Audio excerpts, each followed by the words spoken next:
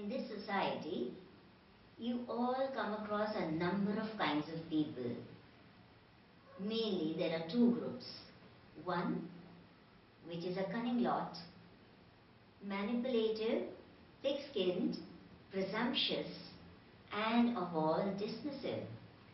And there is another group, which is innocent, naive, gullible, easily influenced by others. And this kind is quite unaware of the cunning ways of these shrewd-minded people.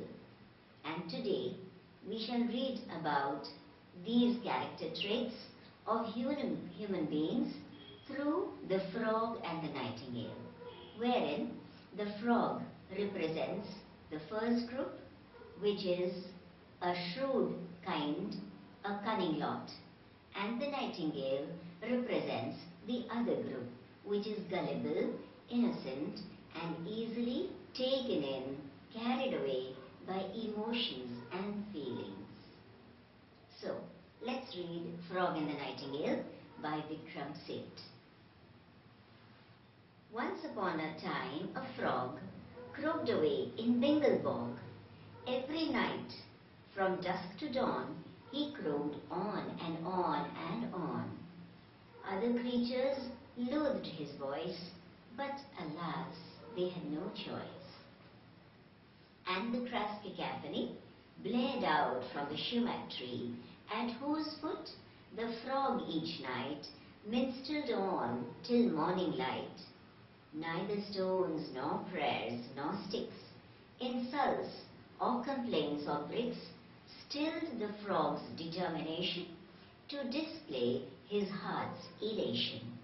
But one night, a nightingale in the moonlight, cold and pale, perched upon the sumac tree, casting forth her melody. Dumbstruck sat the gaping frog, and the whole admiring bog stared towards that sumac rapt, and when she had ended, clapped. Ducks had swum and herons waded to her as she serenaded, and a solitary loon wept beneath the summer moon. Teeds and teals and tiddlers captured, by her voice cheered on, enraptured. Bravo, too divine! Encore!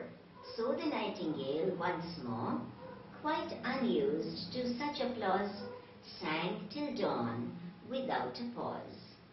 Next night, when the nightingale shook her head and twitched her tail, closed an eye and fluffed a wing, and had cleared her throat to sing, she was startled by a croak. Sorry, was that you who spoke? She inquired, when the frog hopped towards her from the bog. Yes, the frog replied, you see, I'm the frog who owns this tree. In this bog, I've long been known for my splendid baritone. And of course, I wield my pen for bog trumpet now and then. Did you like my song? Not too bad, but far too long. The technique was fine, of course, but it lacked a certain force. Oh, the nightingale confessed, greatly flattered and impressed, that a critic of such note had discussed his art and throat.